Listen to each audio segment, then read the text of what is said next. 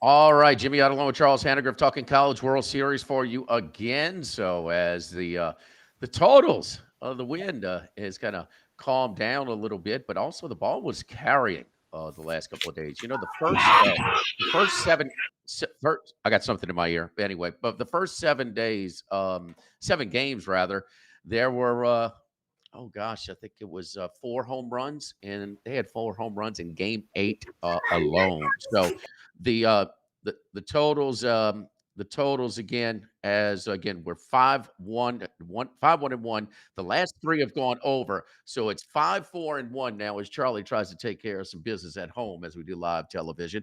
But anyway, the 5-4 and 1 now, and the two yesterday, the late two yesterday, LSU UCLA went over easily. That was in. Sorry about that one. As It was never in any doubt. 3-run first for UCLA, and then LSU bounces back with 5 immediately. But the other thing is that last night, I mean, Oregon State, Louisville. Oregon State scores 3 in the top of the ninth. They needed 2 to push the over, and it went over, and it was a wild game. Of course, Louisville salvaged our day yesterday, or our last few picks, or our last podcast.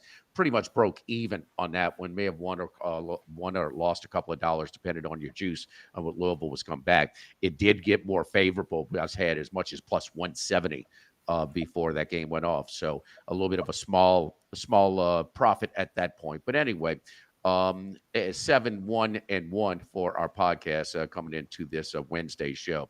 But that one went over late. And then last night, it went over late as well with Arkansas and UCLA. So, but it's kind of like, I hate to go Game of Thrones on you, but the wind is blowing out 8 to 14 miles per hour today and tomorrow, or today, and it's going to shift tomorrow.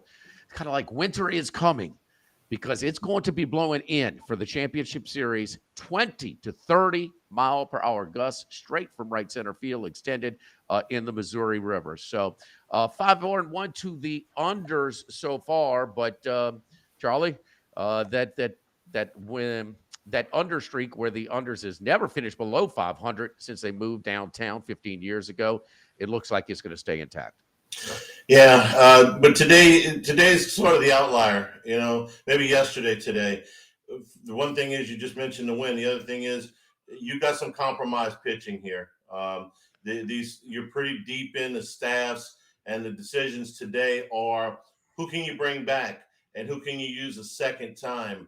For all of these teams, the teams in the winners brackets, but especially teams in the losers brackets in Arkansas and Louisville that have had to play an extra game here today. So today might be the outlier on runs scored.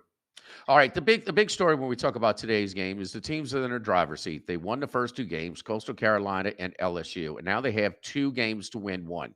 And both of these, and listen, in all due respect to you know to Gage Wood and the best game maybe we've seen pitch in the College World Series. It was, for me, it's an elimination game against Murray State, but the strength of Murray State's team was their bats. So it's not like it was just a weak hitting team and where the wind was howling in. It was unbelievable. 19 strikeouts and a no hitter. It's sick, man. I mean, a hit batsman away from a perfect game. But our favorite 2 pitchers coming into this one were Anderson for LSU and Morrison for Coastal Carolina. Both pitched their asses off in this one. I mean, they were outstanding.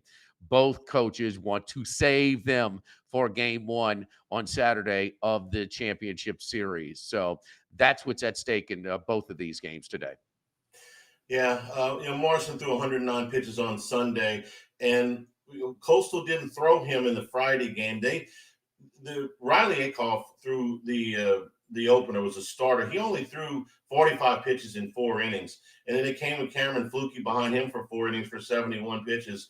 I think we can see one or both of those guys today, and they don't have to touch Morrison if they can get through today. Now tomorrow would be a different thing if they lost. So Coastal Carolina is in great shape to bring the top 2 guys they threw in this series, not their top pitchers, but their 2 and 3 guys that they threw on Friday. They're in great shape. They don't have to touch Morrison. LSU doesn't have to touch Anderson either. The bigger question there is what they do with Anthony Ianson, who threw 44 pitches on Monday night, and then the rain came, and they did not bring him back yesterday. He obviously is going to pitch today, or can pitch today.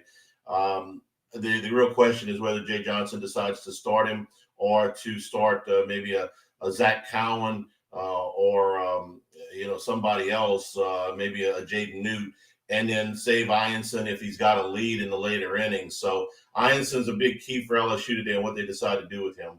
Charlie, these names for a lot of people are just kind of blah, blah, blah. I mean, to tell us, Ianson's been there 1A most of the season. He has a chance to, I mean, his numbers, we talked about it last pod, one of the few podcasts, were coming down the stretch, actually a little bit better than Anderson's. But because the rain came, he only threw 4 pitches. He has a chance to slip into the late part of the first round. He's one of those NIL poach jobs. I mean, you see San Diego and La Jolla, they scooped him up, and he's been lights out. But he was a little jittery early. He settled down and looked like he was getting in his groove pretty good. They've used him in relief, both as a starter, as the 1A starter. But I think with Ianson, when it comes down, very similar for different reasons, but Zach Root and how Zach Root threw, he is a starter, one of the, he and Wood, 1 and 1A, but he was ineffective against LSU. So they took him out after an inning and 2/3. I think it was 40 pitches. So compare and contrast those situations where bringing him back. The difference is that for Arkansas, they had not asked Root to come back like LSU asked Ianson to come back. Southeastern Conference tournament, they used Ianson in relief. And then in the regional, they pitched him in the Friday game for 98 pitches. He came back on Monday to close that game out for 20 pitches. So this is a lot less of a strain on his arm to come back here on with 1 day's rest, but half as many pitches. He's done this before, Root. Yes. But I think the thing with Root was, and I thought he was pretty damn good when he came back, in the elimination game. He was pissed. He got pulled. So he slept on it for a couple of nights, and he was itching to get back on that mound. Let's start with the first the 1 p.m. game in Coastal. We talk about all of their arms. I mean, super, super deep. Unbelievable, especially playing in a hitter's park with these pitching statistics coming in, and they've been phenomenal. The winning streak continues.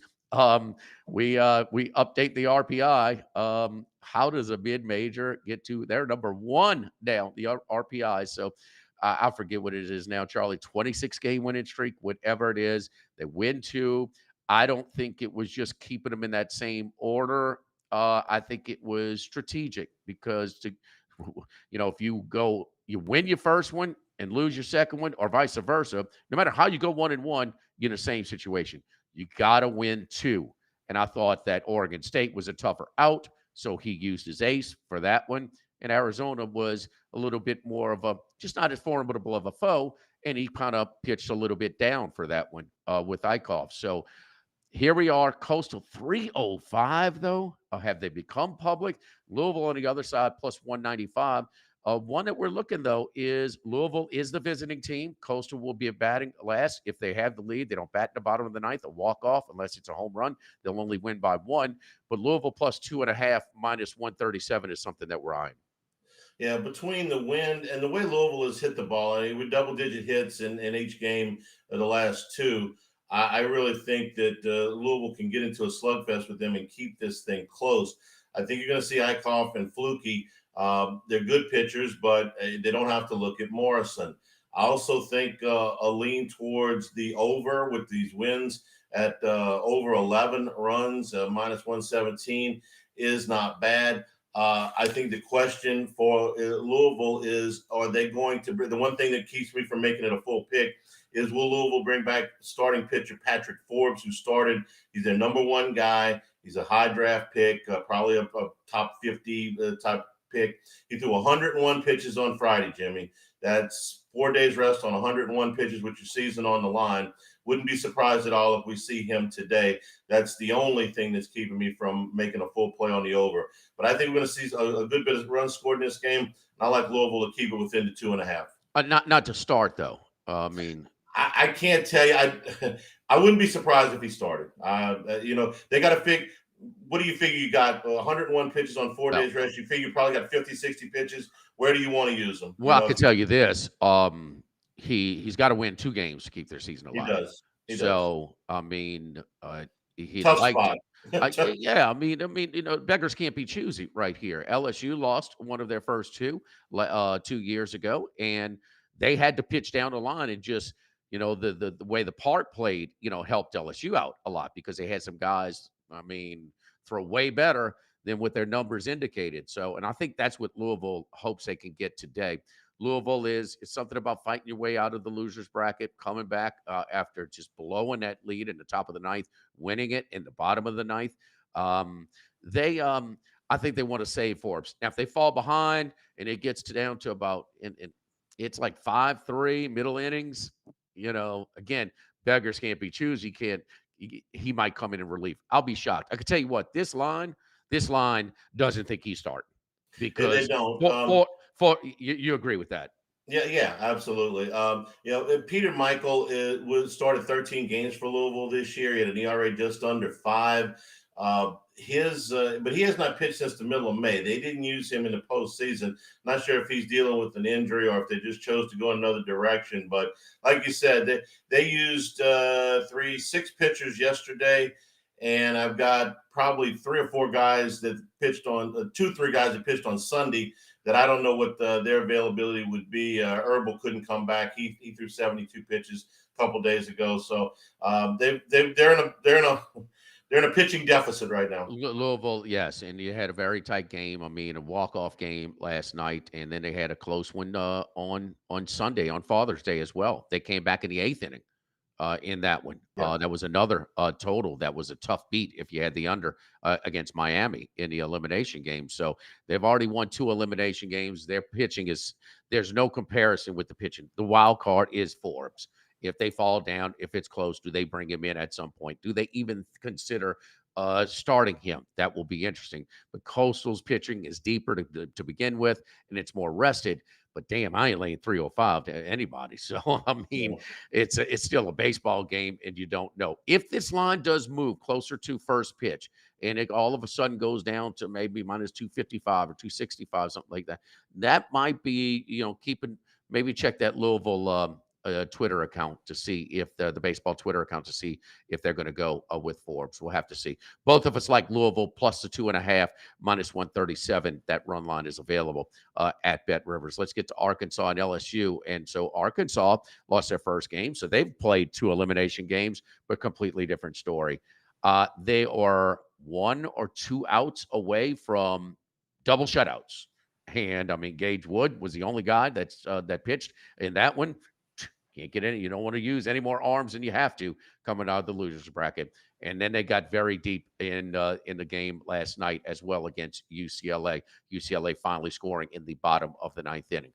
Arkansas was in the 120s. It's now currently minus 134 at Bet Rivers. LSU coming back minus 108. Minus 1.5 is plus 123. Arkansas on the run line. LSU is the home team here.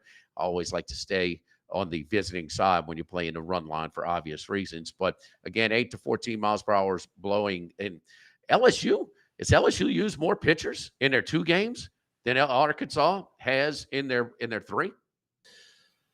Well, they have, but they've used them for a lot less. Well, sure, I get it, but the number of pitchers, it's Yeah, still. the number of pitchers has been down. So you'll be without Wood and Root. I think Arkansas is also without Gabe Gackle. He was outstanding in relief. He was their Friday night guy for the first half of the season. He threw 90 pitches on Saturday night against LSU. I would be surprised if he came back today. They used Aiden Jimenez, who's one of their main bullpen guys, for 40 pitches yesterday. I think he could pitch today, but probably just for a little bit of time. So that leaves them with their number 3 starter, Landon Bichette, 4-0, ERA of 4.92 for the season. Big arm, 61 strikeouts, 56 innings. And they've got enough bullpen. Cole Gleber, who is one of their best bullpen arms, through 30 innings this season, 3 ERA. He only threw 21 pitches on Saturday. He could throw today. Christian Fouch is another one of their big arms. He leads the team in saves. Only 4. They didn't have a lot of close games. His ERA is right about 4. He could throw today. He threw only 8 pitches the other day. So they've got plenty of arms, Arkansas. Yeah, and LSU they played this series at Baton Rouge. LSU won an extra inning game in game one with that was Root versus Anderson. Okay, the same starting matchup that you saw on Saturday night between these two teams, and then Ianson and LSU 10 run ruled Arkansas on the Saturday game, and so that's at 1-1A. But kind of a little bit of a I don't know if there's any sort of concern for this LSU roster. I mean, it is loaded, but who is that number three starter? It's been a little bit of a mystery. Arkansas did come back on that game three and win in Baton Rouge. This is where the rain plays in. You know, Case and Evans was who they wanted to start this game. Had they been able to had the game continued on Monday night and Ianson had gotten them Yeah. into, say, the sixth or even the seventh inning, they would have been able to finish maybe with somebody else. But they had to come back with Case and Evans yesterday, and they've used him up for now. So that really threw LSU. Case and Evans was the number three starter the last couple of weeks of the regular season, and he was nails in the super regional. So that's who they really wanted to throw today. Now you got some combination of pair relief guys. And then again, Ianson, the number two starter, 44 pitches on Monday. When and where does he pitch today? Evans threw in game three in Baton Rouge.